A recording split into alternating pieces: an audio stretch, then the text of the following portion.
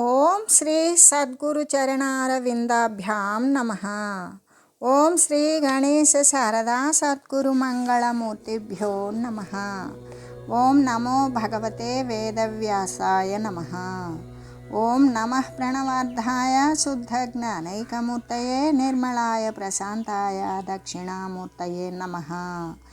ఓం ఈశ్వరో గురురాత్మేతి మూర్తిభేద విభాగినే వ్యోమవద్వ్యాప్తదేహాయ దక్షిణామూర్తయే నమః. శ్రీ గురుగీత తృతీయోధ్యాయము. అయితే శ్రీ గురుదేవుని యొక్క ఆ యొక్క వాక్ సుధారసము చేత సంసారము అనేటువంటి విషయాలన్నీ కూడా నశించిపోతున్నాయి అని మనం వేరుగా చెప్పుకోనవసరం లేదు. అయితే శ్రీ గురుదేవుని యొక్క వాగామృతం ఎటువంటిదై ఉన్నది? మహా ఔషధమై ఉన్నదే అనే అర్థాన్ని స్ఫురింపజేస్తూ ఉన్నది కదా. అయితే సముద్రంలో మనకి పాల సముద్రంలో ఏం పుట్టినవి? మహాభయంకరమైనటువంటి కాలకూట విషం పుట్టింది. ఆ తర్వాత దాన్ని శివుడు హరించేటప్పటికీ తర్వాత మహామధురమైనటువంటి అమృత ప్రవాహం కూడా జనించింది. అంటే రెండు ఎక్కడ పుట్టినవి? ఒకే చోట జనించినవి. అట్లాగే దోషాలు కానీ మరి గుణాలు కానీ ఇవన్నీ కూడా ఒకదానినే ఆశ్రయించి ఉన్నవి. అయితే ఆ యొక్క హాలాహల సంభవము చేత ఎలాగంటే ఆ విషం పుట్టడం చేత సముద్రం అంతా కూడా అల్లకల్లోలమైంది. అందరూ భయపడ్డారు. అదే జగద్రక్షకుడైనటువంటి ఈశ్వరుడు దానిని కంఠమునందు బంధించాడు. తర్వాత ఏమైంది? అమృతం ఉద్భవించింది. అప్పుడు క్షీరసాగరం అంతా కూడా ఏమైంది అంటే వెన్నతో సమానమైనటువంటి నవనీతామృతముతో నిండిపోయి ఉన్నది. అందరూ సంతోషించారు. దేవతలు దానిని త్రాగి సంతృప్తిని చెందారు. ఆ ప్రకారంగానే వారి వారి యొక్క అంతఃకరణము అనేటువంటి సముద్రంలో విషయాభిలాషులు అనేటువంటి మహావిషము కలుగుతూ ఉన్నది. ఇంకా అప్పుడు సంసారము అంతా కూడా విషంతో నిండిపోయే ఉంటుంది. అంతఃకరణం అంతా కూడా శాంతి లేకుండా శాంతిరహితమయ్యే ఉంటుంది. దానిని శ్రీ గురు మహేశ్వరుడు ఏం చేస్తాడు? అటువంటి సంసార తాపంతో కూడినటువంటి విషయాలతో కూడిన విషయాన్ని పానం చేసేస్తాడు. అంటే శ్రీ సద్గురుదేవుని యొక్క స్మరణము విషయము అనేటువంటి విషయాన్ని హరిస్తుంది కదా. ఆ తర్వాత అంతఃకరణ సాగరంలో ఏముంది అంటే విషం తర్వాత విషం నశించిన తర్వాత మరి అమృతం ఉద్భవించినట్లుగానే ఈ అంతఃకరణము మనోబుద్ధి చిత్తాహంకారాలు అనబడేటువంటి ఈ యొక్క అంతఃకరణ సముద్రంలో అప్పుడు జ్ఞానము అనేటువంటి అమృతం కూడా ఉద్భవించింది. అప్పుడు అంతఃకరణం అంతా కూడా ఏమై ఉన్నది అంటే బ్రహ్మానంద స్వరూపమే అయి ఉన్నది. ఇదే కదా సంసార విష జననము నాశము అనేటువంటిది. అయితే అమృతమయానందోద్భవాలు అనేటువంటి విషయాన్ని గురించి మనం తెలియాలి. ఈ విధంగానే క్షీరసాగర మదన రహస్యం కూడా దీనికంటే కూడా విపులంగా వర్ణిస్తారు. ఏది? ఏ యొక్క అంతర్గతమైనటువంటి విషకల్లోలాలు ఉన్నాయో వాటిని తొలగించుకుంటే అంత అమృతమయము, జ్ఞానబోధతో కూడినటువంటి అమృతమైతే చావు పుట్టుకులు లేనటువంటి స్థితి, పరమపద స్థితిని పొందుతాడు అనే విషయాన్ని గురించి విపులంగా వర్ణించి మరీ చెప్తారు మహనీయులు. అయితే అసలు ఈ యొక్క పాల సముద్రం యొక్క విశేషమైనటువంటి వర్ణన యొక్క ముఖ్యమైనటువంటి అర్థం ఏమిటి అంటే అమృతం పుట్టింది అంటే విషం నశించింది అంటే శాంతి మొదలైనటువంటి గుణ సంబంధమైనటువంటి విశిష్టమైనటువంటి గురు భక్తులు శ్రీ గురుదేవుని యొక్క జ్ఞానబోధను జ్ఞానామృతాన్ని కూడా పానం చేసి అంటే ఆ జ్ఞానబోధన గ్రహించి జనన మరణ రహితులే అవుతున్నారు. మళ్ళీ కూడా వాళ్ళ యొక్క శారీరకమైనటువంటి దేహాదుల యొక్క ఉపాధులు రాకపోకలు లేకుండా శాశ్వతమైన పరతత్వాన్ని పొందుతూ ఉన్నారు. దేని ద్వారా? శ్రీ గురుదేవుని యొక్క జ్ఞానామృతాన్ని పానం చేసినటువంటి ఫలితంగా. అంటే వారి యొక్క విషయాలు అనేటువంటివి నశించిపోతూ ఉన్నవి కదా. అంటే అందుకే కదా మనకి ఏమని చెప్పారు అంటే అజ్ఞానులకు మాత్రమే ఈ ప్రపంచమంతా సుఖంగా దుఃఖంగా సుఖదుఖాలతో నిండిపోయినట్లుగా తోస్తూ ఉంటుంది. అదే జ్ఞానులకైతే కేవలము అమృత పరబ్రహ్మమయంగానే ఉంటుంది. ఇంకక్కడ సుఖదుఖాలు అనేటువంటివి ఏమీ ఉండవు. కేవలము అమృత పరబ్రహ్మముతో నిండిపోయినటువంటి శాశ్వతమైన స్థితి కలిగి ఉన్నట్లుగానే కనిపిస్తుంది అని చెప్పడానికి కారణం ఏమిటంటే, ఇక్కడ విషం కానీ అమృతం కానీ రెంటికి కూడా ఒకటే ఆశ్రయమై ఉన్నది. ఏంటది? అంతఃకరణాలు.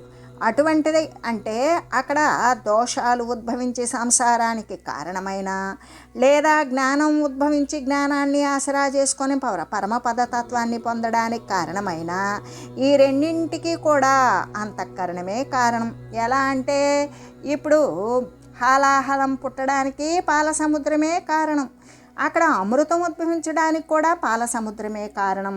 అంటే రెండు వస్తువులు కూడా ఒకే విషయాన్ని ఆశ్రయించి ఉత్పన్నమైనట్లుగానే ఇక్కడ జ్ఞానము అజ్ఞానము, అజ్ఞానము ద్వారా అజ్ఞానము అంతఃకరణమునందే ఉత్పన్నమవుతుంది, జ్ఞానము కూడా అంతఃకరణము నుండే ఉత్పన్నమవుతుంది. అంటే అంతఃకరణమే కారణంగా ఉన్నది కదా.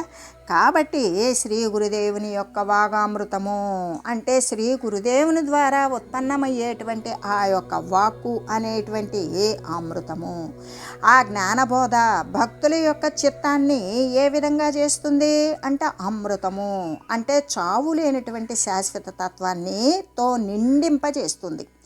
ఇంకప్పుడు వాడు దృశ్యమాన సంబంధమైనటువంటి విషయాలను పూర్తి స్థాయిలో మరుపు చెందుతాడు. ఇక వాడు శాంతిధామముగా, వాని యొక్క మనసు శాంతి నిలయంగా ఉంటుంది, జ్ఞానరూపంగా తయారైపోతాడు, ఆనందముతో నిండిపోయేలా చేస్తూ ఉన్నది.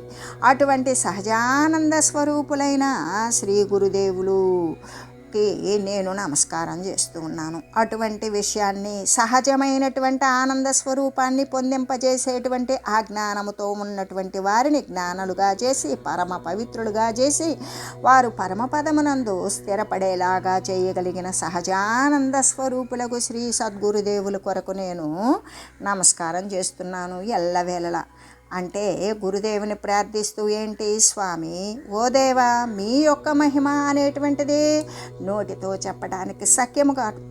అంటే మీ మహిమను వచింపదరము కానే కాదు, కేవలము అది గుణాతీత స్థితి, సత్వరజస్తమో గుణాలను అతిక్రమించినటువంటి స్థితి, అందుకే అనిర్వాచ్యము. అటువంటి గుణాతీత స్థితి గురించి నోటి మాటలతో చెప్పగలమా? మాటలకు అందనటువంటిది. అంతేకాదు సదసద్విలక్షణము, సత్తుకి అసత్తుకి కూడా విలక్షణమైనటువంటి స్థితిలో ఉన్నది, అతిక్రమించి ఉన్నది, అతీత స్థితిలో ఉన్నది. కేవలము దేనితో నిండిపోయినది అంటే ఆనందముతో నిండిపోయి ఉన్నది. కాబట్టి ఇది కేవలము చైతన్యమే. అంటే ఈ చైతన్య స్వరూపమే. కాబట్టి దాసుడగు నేను మిమ్మలను ఎల్లప్పుడూ కూడా నిరంతరం సర్వకాల సర్వావస్థల యందు కూడా నేను నమస్కారం తెలియజేస్తూ ఉన్నాను అని చెబుతూ, అంతేకాదు నానాయుక్తోపదేశేన తారిత శిష్య సంతతి తత్కృపాసార వేదేన గురుచిత్ పదమచ్యుతం. అంటే శ్రీ గురుదేవుని యొక్క శిష్య సంతరణ విషయాన్ని విశదీకరిస్తూ ఉన్నారు. ఏమని అంటే శ్రీ గురుదేవుని యొక్క అంటే శ్రీ గురుదేవులు పరమ గురుదేవులు ఆ యొక్క దేశకేంద్రులు గురు సార్వభౌములు ఆయనను అంటే తనను ఆశ్రయించినటువంటి పరమ భక్తులైనటువంటి శిష్యుల యొక్క ఆ జ్ఞాన పటలము, ఎప్పటి నుండో ప్రోధి చేసుకున్నటువంటి ఆ జ్ఞానము, ఆ జ్ఞానానికి గుర్తేంటి? శరీరాల యొక్క రాకపోకలే. ఆ యొక్క జ్ఞానముతో నిండిపోయి ఉంటే మళ్ళీ మనం ఈ ఉపాధులు ధరించి ఉండేటువంటి వారం కాదు కదా. కాబట్టి ఇక్కడ తనను ఆశ్రయించినటువంటి పరమ భక్తులైన శిష్యుల యొక్క అజ్ఞాన పటలాన్ని ఏదైతే కప్పి ముసుగు వేయబడి ఉన్నదో దాని ద్వారానే జీవత్వము అనేది వస్తుంది. ఆ అజ్ఞాన పటలము నశించిందా జీవత్వము కూడా నశించిపోతుంది. అలా జీవత్వ నాశనం చేయడానికి నానా యోగాలను కూడా సాధనలను కూడా ఉపదేశిస్తూ ఉన్నారు. ఇటువంటి యోగాలు అంటే రాజయోగాలు, మంత్రయోగాలు, హఠయోగాలు, ఇటువంటి ప్రాణాయామాది అభ్యాస క్రియలు, ఇటువంటి వాటి అన్నింటికంటే కూడా కేవలము గురుతత్వ విచారణ, గురువునందు అత్యంతమైనటువంటి భక్తి విశ్వాసాలు, దీని ద్వారా జ్ఞాన విచారణను అనుసరించి ఆ జ్ఞాన విచారణ ద్వారా ఆ జ్ఞానతమము నశించిపోయిన బ్రహ్మానుసంధానం చేసి పరబ్రహ్మతత్వాన్ని పొందగలిగేటువంటి స్థితి. అదే నానా యోగములు అంటే రకరకాలైనటువంటి యోగ మార్గాలను గురించి తెలియజేస్తూ కూడా ఇంకా కూడా అంటే ఆ నానా రకాలైనటువంటి ఐక్యము కలయిక అంటే పరబ్రహ్మతత్వమునందు మరి ఎవరైతే సాధకుడు ఉంటాడో వాడు అటువంటి అనుసంధానం ద్వారా ఆ యోగాన్ని వాడు అనుసరించి అందులో ఐక్యమైనట్లుగానే ఉండేటువంటి సాధనలను అటువంటి సాధనలు ఉపదేశిస్తూ ఉంటారు. అవి కూడా ఎలాగా అంటే నేరుగా చెబితే అర్థం కాదని అంటే ఎలా అనేక రకాలైనటువంటి దృష్టాంతాలు, సాదృశ్యాలు, పోలికలు గురించి ఉపమాన ఉపమేయాలతో కూడుకొని మనకంటే ముందు అనుసరించినటువంటి వారి విషయాలను కూడా తెలియజేసి అంటే ఎవరికైతే ఈ జ్ఞానం ఆవశ్యకము అని తెలుస్తుందో వారికి అనేక దృష్టాంతాలతోటి, శాస్త్రాల యొక్క ప్రమాణాలతోటి, ఈ శాస్త్ర ప్రమాణాలు ఏ విధంగా ఉంటాయి అంటే మహనీయుల యొక్క అనుభవాలతోటి నిక్షిప్తం చేయబడి ఉంటాయి ఈ శాస్త్ర ప్రమాణాలు. అటువంటి నిరూపణల ద్వారానే ఈ జీవుడు అంటే ఈ యొక్క శాస్త్ర ప్రమాణాలతోటే ఈ జీవుడు అంటే పరబ్రహ్మస్వరూపమే కదా. కాబట్టి ఇక జీవుడంటే పరబ్రహ్మమేను అనేటువంటి తత్వాన్ని నిస్సంశయంగా కూడా బోధిస్తారు. ఇంకక్కడ ఎటువంటి అనుమానము, సందేహము లేదు, సంశయరహితంగా బోధిస్తారు. అంటే దాని ప్రకారం అనుసరించినటువంటి వారికి మాత్రమే సంశయాలు అనేవి నివారించబడతాయి. అంటే అది స్వకీయమైనటువంటి ప్రయత్నం ద్వారా మాత్రమే తన యొక్క అనుమానరహితమైనటువంటి స్థితికి పొందినప్పుడు పరతత్వాన్ని పొందగలడు అని చెబుతూ అంటే చిట్ట చివరకు శ్రీ పరమ కృపాసారమైనటువంటి అంటే చిట్ట చివరికి ఏముంటుంది అంటే పరమ కృపాసారము ఆ పరతత్వాన్ని గురించి తెలియజేసేటువంటి శ్రీ పరమగురుడు ఆయన యొక్క అపారవారమైనటువంటి కృప, కరుణ, ఆయన యొక్క అనుగ్రహం. ఆ అనుగ్రహ సారం ఏమిటి అంటే అభేద రూపమైనటువంటి జీవ బ్రహ్మైక్యమును. అంటే ఇక అక్కడ జీవుడు వేరు, బ్రహ్మము వేరు, జగత్తు వేరు, ఆ పరమాత్మ తత్వం వేరు అనేటువంటి విషయము నశించిపోతుంది. అలా అభేద రూపమైనటువంటి జీవ బ్రహ్మైక్యము, ఆ జీవుడు బ్రహ్మమునందు వాడు ఏకత్వ స్థితిని పొందుతాడు. ఆ పొందేటువంటి స్థితి కేవలము ఉపనిషత్తుల యొక్క విజ్ఞానము చేత మాత్రమే తెలిపి ఉంచుతారు. ఉప అంటే సమీపము, నిషత్తు అంటే కూర్చోవడం అనేటువంటిది భౌతికమైన అర్థం. కానీ ఉపనిషత్తులు అంటే వేదాలలోని సారాన్ని పిండి సంక్షిప్తమైనటువంటి ముఖ్యమైన విషయాలను జీవి తన యొక్క మార్గాన్ని తాను అనుసరించి తన స్వస్థానాన్ని చేరుకోగలిగినటువంటి సత్య విషయాలను గురించి తెలియజేసేటువంటివే ఈ ఉపనిషత్తులు. ఎవరైతే ఈ ఉపనిషత్తులకు సామీప్యంగా ఉన్నారో వారు వారి యొక్క స్వస్థానాన్ని అంటే వారి యొక్క స్వంత సాధనాన్ని చేరతారు. మరి ఇప్పుడు మనం ఉండేటువంటిది స్వంత సాధనం కాదా అంటే కాదు. ఇక్కడొక తల్లిదండ్రులు, ఇక్కడొక పరిసరాలు, ఇక్కడొక శరీరము, ఇటువంటి ఇంకా అన్నదమ్ములు, అక్క చెల్లెళ్ళు, బంధుమిత్రులు, ఇటువంటి వాళ్ళంతా కూడా కూడుకున్నటువంటి విషయతత్వం. ఇదంతా దృశ్యమాన జగత్తు. ఇది తనదా అంటే కాదు. అసలు ఈ తల్లిదండ్రులకు ముందు ఇంకొక తల్లిదండ్రులు, వారికి ముందు మరొక తల్లిదండ్రులు, వారికి ముందు ఈ విధంగా పోతే పోగా పోగా పోగా చిట్ట చివరకు ఏమని తెలుస్తుంది అంటే ఇంతమంది తల్లిదండ్రులకు తాను ఉత్పన్నమవుతుంది. కారణం తల్లిదండ్రుల యొక్క దేహాలే. కానీ ఇక్కడ కారణం ఏంటి అంటే వాని యొక్క అజ్ఞాన వాసన పరంపరలే. అందుకే వాడేం చేస్తూ ఉన్నాడు అంటే ఎల్లవేళలా కూడా అంటే జ్ఞాన మార్గాన్ని అనుసరించని దోషము చేత ఆ వాసనలను ప్రోగు చేసుకొని ప్రతి ఒక్క ఉపాధికి కూడా కారణాలు ఆ యొక్క సంస్కారాలే, అంటే ఆ వాసన స్థితులే అని తెలియజేస్తూ అటువంటి వాసనలో సమూలంగా నశింపజేసేటువంటి తత్వం కేవలం ఉపనిషత్తుల్లోనే ఉంది. వేదాంతము అంటే వేదము అంటే తెలియబడేది, తెలిసినది, తెలియబడేది, తెలుసుకోవలసినది. అటువంటిదంతా కూడా దానికి చివర ఏముంటుంది? ఏది తెలుసుకోబడిందో, ఏది తెలియబడిందో, ఏది తెలిసిందో, ఏది తెలుసుకోవలసిందో ఇదంతా అతీతమైనటువంటి స్థితి ఏదైతే ఉన్నదో అదే అంతము. అంటే ఈ తెలుసుకోవలసినది, తెలియబడింది ఇదంతా దృశ్యమాన జగత్తుకు లోబడి శారీరక సంబంధమైన ప్రకృతి విషయాలు. ఈ విషయాలలో వాని యొక్క శారీరక పరంగా ఉండటవలసినది సంఘంలో ఏ రీతిగా ఉండాలి, పెద్దల పట్ల ఎలా ఉండాలి, తనకన్నా చిన్నలని ఎలా ఉండాలి, సర్వ ప్రాణికోట్ల పట్ల ఎలా ఉండాలి అనేటువంటి భౌతికమైనటువంటి ధర్మాలను తెలియజేస్తుంది వేదం.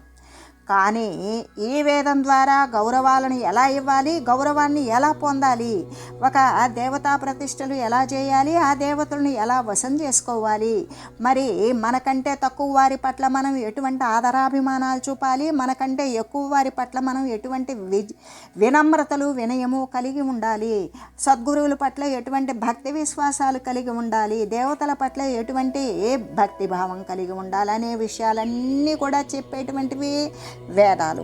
ఇవి ఇక మానవుని యొక్క షోడశ సంస్కారాలను గురించి, వాడు సంఘములో సమాజంలో జీవించవలసినటువంటి స్థితిగతులను గురించి ఈ విధంగా తెలియజేసేటువంటివి వేదాలు. కానీ ఇక్కడ వేదాంతము అంటే అసలు ఇది తన ఇళ్ళ అంటే కాదు, వాడు పరబ్రహ్మస్వరూపమే. కానీ పరబ్రహ్మస్వరూపము నుండి చ్యుతి చెంది ఒక దేహాన్ని పొంది ఇది నేను అని భావిస్తూ ఉన్నాడు. అస్థిరమైన వచ్చిపోయేటువంటి స్థితి కలిగిన ఈ యొక్క భావం అంటే ఆ పదార్థమునందు ఉండి ఆ పదార్థమే తాను అని భావిస్తున్నాడు. అక్కడ శుద్ధ చైతన్య స్ఫూర్తి అయినటువంటి ఆ యొక్క పరమాత్మతత్వమే తాను అనేటువంటి మరుపు కలిగింది. ఆ మరుపుని నశింపజేసి దాని యొక్క స్మృతి కలిగించి ఆ స్మృతి ప్రకారం అనుసరించి అనుసంధానం చేసి తన యొక్క ధ్యానము, జపము, తపము, మరి అనుష్ఠానము, అనుసంధానము వీటన్నింటి ద్వారా కూడా శ్రవణ మనన నిధిధ్యాసనములు అనేటువంటి వాటిని చేకూర్చుకొని ఆ పరబ్రహ్మానుసంధానం తన యొక్క స్వస్థానం, తన యొక్క స్వంత సదనం అదే అనేటువంటి విషయం గురించి ఎప్పుడైతే తెలిసిందో దానిని చెంది ఉంటాడో ఆ విషయాన్ని తెలియజేసేటువంటిదే ఉపనిషత్తు. ఆ ఉపనిషత్తులో ఉండేటువంటిది విజ్ఞానము చేత తెలిపి, అంటే ఇక్కడ విజ్ఞానము వేరు, విజ్ఞానము అంటే అనుభవ జ్ఞానము, కేవలం వేదము అంటే జ్ఞానము, విషయాన్ని గురించి తెలుసుకోవడం వేదము అనేటువంటిది, అదే అనుభవ జ్ఞానము అనేటువంటిది విజ్ఞానము. అది ఉపనిషత్తుల యొక్క సారాంశము ద్వారా మాత్రమే శ్రవణ మనన నిధిధ్యాసనములు అనేటువంటివి కలిగి ఆ యొక్క అనుభవ సిద్ధిని పొందింపజేసి వాని యొక్క లక్ష్యార్థం ఏంటి? పరబ్రహ్మస్వరూపం. ఆ పరబ్రహ్మస్వరూపము తానే అయ్యున్నాడు. కానీ తాను పరబ్రహ్మస్వరూపము అనేటువంటి విషయాన్ని మరిచినప్పుడు ఈ శారీరక సంబంధమైన స్థితిగతులతో ఉన్నటువంటిదే తన యొక్క స్వరూపం అని భావించాడు.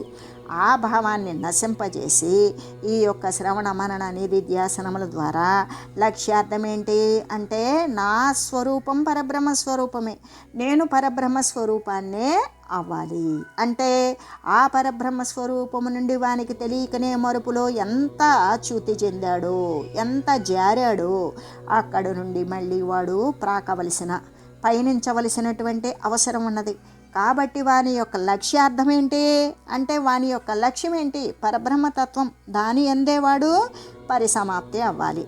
కాబట్టి ఆ లక్ష్యార్థాన్ని స్పష్టం చేసి మహావాక్యాల ద్వారా అహం బ్రహ్మస్మి, ప్రజ్ఞానం బ్రహ్మ, అయమాత్మ బ్రహ్మ, తత్వమసి అంటే ఏ వాక్యాన్ని తీసుకున్నా కూడా దాని యొక్క పరిపూర్ణ అర్థం ఏంటి అంటే సర్వము సత్తు నిండి ఉన్నది. సర్వ సమర్థతతో ఉన్నటువంటి ఏ సత్య పదార్థము నిండి ఉన్నదో దానిని పట్టుకో. నీవు అసత్య పదార్థానివి కావు. నువ్వు అనుకుంటున్నావు తప్ప నువ్వు సత్య పదార్థానివే, దానిని పట్టుకో అని మహావాక్యాలను ఆసరా చేసుకొని వాటి యొక్క ఆధారంతో నీవు పరబ్రహ్మ వస్తువే, అంతకు మించి మరొక వస్తువు కావు అని శిష్యులకు మరీ బోధిస్తూ ఉన్నారు. బోధించినప్పుడు వాడేమవుతాడు? అటువంటి అనుసంధానం ద్వారా జీవుడు శివుడే అవుతూ ఉన్నాడు. అంటే అటువంటి అజ్ఞానతమముతో నిండినటువంటి జీవుణ్ణి అనుష్ఠానమైనటువంటి విజ్ఞాన బోధ చేత వాని లక్ష్యార్థమైనటువంటి శివస్థితిని పొందింపజేస్తూ ఉన్నారు. అంటే ఆ జీవుణ్ణి శివుణ్ణే చేస్తూ ఉన్నారు కదా. ఇదంతా కూడా ఎవరి యొక్క అనుగ్రహం అంటే పరమ గురువుల యొక్క అనుగ్రహ భాగ్యం. ఆ పరమ గురువుల యొక్క అనుగ్రహ భాగ్యం ఇంత అపారవారమైన, ఇంత అని లెక్క పెట్టలేని అగణితమైనటువంటి ఈ యొక్క అనుగ్రహాన్ని పొందాలి అంటే వీడు గురువుల పట్ల ఏ విధంగా ఉండాలి అంటే అత్యంతమైనటువంటి భక్తి శ్రద్ధలతో ఉండాలి అని చెబుతూ, అందుకు శ్రీ గురుదేవుని యొక్క అనుగ్రహం ఉన్నదనుకో, ఇంకా ఈ యొక్క ఉపనిషత్ విజ్ఞానాన్ని శిష్యుడు గ్రహిస్తూ ఉన్నట్లే. అంటే గురుదేవుని యొక్క అనుగ్రహం ఉన్నది అని నిరూపించుకోవడం కోసం వాడు ఉపనిషత్ విజ్ఞానాన్ని, అంటే ఉపనిషత్తు ఏ విధంగా బోధించిందో అటువంటి విషయాన్ని అనుసరిస్తూ ఆ అనుభవ జ్ఞానాన్ని, అనుభవ సిద్ధిని పొందాడు. అంటే వాని పట్ల శ్రీ గురుదేవునికి అనుగ్రహం ఉన్నది అనే కదా విషయం. ఆ అనుగ్రహం ఉండబట్టే వాడు ఆ శాశ్వతమైనటువంటి పరమాత్మ తత్వాన్ని, అనంతమైన తత్వాన్ని వాడు పొందుతూ ఉన్నాడు. ఇదంతా కూడా శ్రీ గురుదేవుని యొక్క దయాసారము. ఆయన యొక్క అనుగ్రహం యొక్క సార ఫలితం ఏమిటి అంటే వాడు ఆ తత్వాన్ని, శాశ్వతమైనటువంటి తత్వాన్ని పొందడమే. దాని చేత పరమభక్తులు కొందరు శాస్త్రజ్ఞానం లేకపోయినప్పటికీ కూడా వారు పెద్దలు చెప్పేటప్పుడు చక్కగా శ్రవణం చేసి దాని ప్రకారం అనుసరించి దాని ప్రకారం మళ్ళీ మళ్ళీ కూడా దానినే స్మరిస్తూ ఆ ప్రకారంగా పయనించేటువంటి విషయంతో తరించిపోతూ ఉన్నారు. వాళ్ళకి పోనీ ఏదైనా భౌతికమైనటువంటి విద్య లేకపోవడం వల్ల వాళ్ళు శాస్త్రజ్ఞానాన్ని కూడా స్వంతంగా పొందలేరు. కాబట్టి కొంతమంది అంటే పరమ భక్తులైనటువంటి వారు ఆ శ్రీ గురుదేవుని యొక్క అనుగ్రహాన్ని పొందినటువంటి వారు శాస్త్రజ్ఞానం లేకపోయినప్పటికీ కూడా వాళ్ళు తరిస్తూనే ఉన్నారు అని తెలియజేస్తూ, ఓం మంగళం శ్రీ గురుదేవాయ మహనీయ గుణాత్మనే సర్వలోక శరణ్యాయ సాధురూపాయ మంగళం. ఓం లోక సమస్త సుఖినో భవంతు. ఓం శ్రీ సద్గురు పరబ్రహ్మార్పణమస్తు. ఓం తత్సత్.